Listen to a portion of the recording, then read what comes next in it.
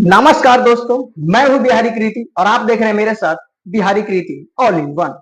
Operation सिंदूर ये नाम भारतीय नागरिकों को पसंद आया और भारतीय सेना द्वारा किया गया काम भी भारतीय नागरिकों को खूब पसंद आया। कश्मीर के पहलगाम में आतंकी हमले के बाद पूरा देश मायूस था। पूरा देश यही इंतजार कर रहा था कि कब भारतीय सेना पाकिस्तान पे अटैक करेगी और 26 मौतों का बदला लेगी। और हुआ भी कुछ ऐसा ही। 7 तारीख की रात भारतीय सेना पाकिस्तान के अंदर घुसकर पाकिस्तान के आतंकियों के 9 अड्डों को नस्तनाबूद कर दिया। भारतीय सेना ने पूरे पाकिस्तान में इतनी बमबारी की कि लग रहा था कि पाकिस्तान में रात में ही दिन जैसा माहौल बन गया था। अभी तक के मिली जानकारी के अनुसार 90 से ज्यादा आतंकवादी मारे गए हैं इस अटैक में, जिसके बाद बौखलाए पाकिस्तान एलओसी पे ताबड़तोड़ गोलीबारी कर रहा है, जिसमें बेगुनाह 10 भारतीय नागरिकों की जान चली गई है, जिसका मुंहतोड़ जवाब भारतीय सेना दे रही है। नंगा भिखमंगा पाकिस्तान की औकात दिखाने के बाद भारतीय सेना द्वारा एक प्रेस कॉन्फ्रेंस किया गया। वो प्रेस कॉन्फ्रेंस हम आपको सुनवाते हैं, पहले ये प्रेस कॉन्फ्रेंस देखिए। सुप्रभात देवियों और सज्जनों, मैं कर्नल सोफिया कुरैशी और मेरे साथ विंग कमांडर व्योमिका सिंह आज आपको 6 से 7 मई 2025 की रात 1:05 से 1:30 बजे के बीच भारतीय सशस्त्र बलों द्वारा अंजाम दिए गए ऑपरेशन सिंदूर के बारे में जानकारी देंगे। ऑपरेशन सिंदूर 22 अप्रैल को पहलगाम में हुए विभत्स आतंकवादी हमले के शिकार मासूम नागरिकों व उनके परिवारों को न्याय देने के लिए लॉन्च किया गया था। इस कार्रवाई में 9 टेररिस्ट कैंप्स को टारगेट किया गया और पूरी तरह से इसे बर्बाद किया गया। पाकिस्तान में पिछले 3 दशकों से टेरर इंफ्रास्ट्रक्चर का निर्माण हो रहा है। इसमें recruitment, indoctrination centres, training areas व लॉन्च पैड शामिल थे, जो पाकिस्तान और पाक अधिकृत जम्मू कश्मीर POJK दोनों में फैले हैं। नमस्कार। इस ब्रीफिंग में शामिल होने के लिए आप सभी का धन्यवाद। जैसा कि आप सभी जानते हैं, 22 अप्रैल 2025 को लश्कर-ए-तैयबा से संबंधित पाकिस्तानी और पाकिस्तान प्रशिक्षित आतंकवादियों ने भारत में जम्मू और कश्मीर के पहलगाम में भारतीय पर्यटकों पर बर्बरतापूर्ण हमला किया। 25 भारतीयों और 1 नेपाली नागरिक को कायरतापूर्ण मौत के घाट उतार दिया गया। पहलगाम का हमला अत्यधिक बर्बरतापूर्ण था, जिसमें वहां मौजूद लोगों को करीब से और उनके परिवारों के सामने सिर पर गोली मारी गई। हत्या के इस तरीके से परिवार के सदस्यों को जानबूझकर आघात पहुंचाया गया। साथ ही उन्हें यह नसीहत भी दी गई कि वे वापस जाकर इस संदेश को पहुंचा दें। यह हमला स्पष्ट रूप से जम्मू और कश्मीर में बहाल हो रही सामान्य स्थिति को बाधित करने के उद्देश्य से किया गया था। चूंकि पर्यटन फिर से अर्थव्यवस्था का मुख्य आधार बन रहा था, इस हमले का मुख्य उद्देश्य इसे प्रतिकूल रूप से प्रभावित करना था। पिछले वर्ष आप सभी जानते हैं, 2.25 करोड़ से अधिक पर्यटक कश्मीर आए थे।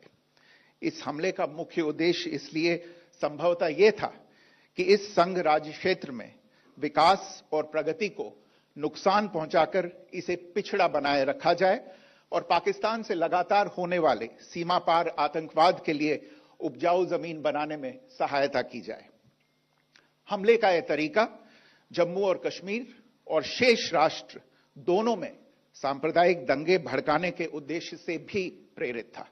इसका श्रेय सरकार और भारत के सभी नागरिकों को दिया जाना चाहिए कि इन प्रयासों को विफल कर दिया गया। एक समूह ने खुद को रेजिस्टेंस फ्रंट TRF कहते हुए इस हमले की जिम्मेदारी ली है। यह समूह संयुक्त राष्ट्र द्वारा प्रतिबंधित पाकिस्तानी आतंकवादी समूह लश्कर-ए-तैयबा से जुड़ा हुआ है। यह उल्लेखनीय है कि भारत ने मई और नवंबर 2024 में संयुक्त राष्ट्र की 1267 कमेटी की सैंक्शंस मॉनिटरिंग टीम को अर्धवार्षिक रिपोर्ट प्रस्तुत की थी, जिसमें टीआरएफ के बारे में साफ इनपुट दिए गए थे। इससे पाकिस्तान स्थित आतंकवादी समूहों के लिए कवर के रूप में टीआरएफ की भूमिका सामने आई थी। इससे पहले भी दिसंबर 2023 में भारत ने इस टीम को लश्कर-ए-तैयबा और जैश-ए-मोहम्मद के बारे में सूचित किया था, जो टीआरएफ जैसे छोटे आतंकवादी समूहों के माध्यम से अपनी गतिविधियों को संचालित कर रहे हैं। इस संबंध में 25 अप्रैल को यूएन सिक्योरिटी काउंसिल प्रेस वक्तव्य में टीआरएफ के संदर्भ को हटाने के लिए पाकिस्तान के दबाव पर भी ध्यान दिया जाना चाहिए। पहलगाम आतंकवादी हमले की जांच से पाकिस्तान के साथ आतंकवादियों के संपर्क उजागर हुए हैं। रेजिस्टेंस फ्रंट द्वारा किए गए दावे और लश्कर-ए-तैयबा से ज्ञात सोशल मीडिया हैंडल द्वारा इसको रीपोस्ट किया जाना इसकी पुष्टि करता है। चश्मदीद गवाहों और विभिन्न जांच एजेंसियों को उपलब्ध अन्य सूचनाओं के आधार पर हमलावरों की पहचान भी हुई है। हमारी इंटेलिजेंस ने इस टीम के योजनाकारों और उनके समर्थकों की जानकारी जुटाई है। इस हमले की रूपरेखा भारत में सीमा पार आतंकवाद को अंजाम देने के पाकिस्तान के लंबे ट्रैक रिकॉर्ड से भी जुड़ी हुई है, जिसके लिखित और स्पष्ट दस्तावेज उपलब्ध हैं। पाकिस्तान दुनिया भर में आतंकवादियों के लिए एक शरण स्थल के रूप में पहचान बना चुका है। यहां अंतर्राष्ट्रीय स्तर पर प्रतिबंधित आतंकवादी सजा पाने से बचे रहते हैं। इसके अलावा पाकिस्तान ने इस मुद्दे पर विश्व और फाइनेंशियल एक्शन टास्क फोर्स जैसे अंतर्राष्ट्रीय मंचों को जानबूझकर गुमराह करने के लिए भी जाना जाता है। साजिद मीर का मामला, जिसमें इस आतंकवादी को पाकिस्तान ने मृत घोषित कर दिया था और फिर अंतर्राष्ट्रीय दबाव के परिणाम स्वरूप वो जीवित पाया गया, इसका सबसे स्पष्ट उदाहरण है। यह स्वाभाविक है कि पहलगाम में हुए इस हमले से जम्मू और कश्मीर के साथ साथ भारत के अन्य भागों में भी आक्रोश देखा गया। हमलों के बाद भारत सरकार ने स्वाभाविक रूप से पाकिस्तान के साथ संबंधों को लेकर कुछ कदम उठाए। आप सभी उन निर्णयों से अवगत हैं जिसकी घोषणा 23 अप्रैल को की गई थी। तथापि यह आवश्यक समझा गया कि 22 अप्रैल के हमले के अपराधियों और उनके योजनाकारों को न्याय के कटघरे में लाया जाए। हमलों के एक पखवाड़े के बाद भी पाकिस्तान द्वारा अपने क्षेत्र या अपने नियंत्रण वाले क्षेत्रों में आतंकवादियों की इंफ्रास्ट्रक्चर के विरुद्ध कार्रवाई करने के लिए कोई स्पष्ट कदम नहीं उठाया गया है। उल्टे वो इनकार करने और आरोप लगाने में ही लिप्त रहा है। पाकिस्तान आधारित आतंकवादी मॉड्यूल्स पर हमारी खुफिया निगरानी ने संकेत दिया है कि भारत के विरुद्ध आगे भी हमले हो सकते हैं। अतः इनको रोकना और इनसे निपटना दोनों को बेहद आवश्यक समझा गया। आज सुबह, जैसा कि आपको ज्ञात होगा, भारत ने इस तरह के सीमा पार हमलों का जवाब देने और उन्हें रोकने तथा उनका प्रतिरोध करने के अपने अधिकार का प्रयोग किया है।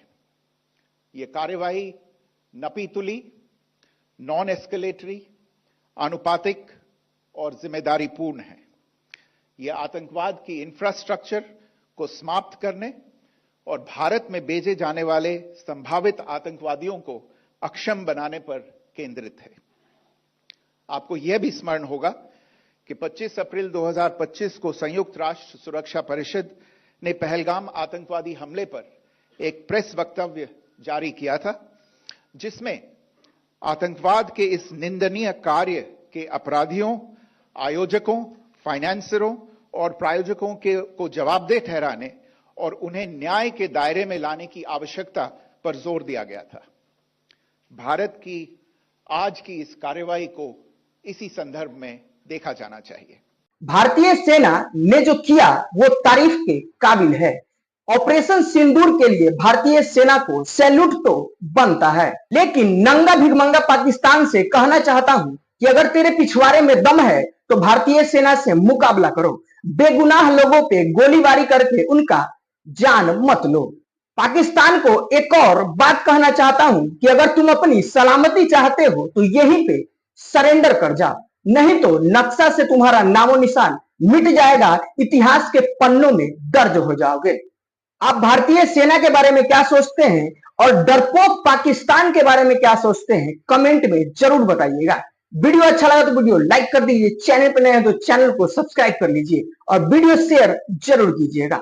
वीडियो देखने के लिए बहुत बहुत धन्यवाद। जय हिंद, जय भारत, जय बिहार।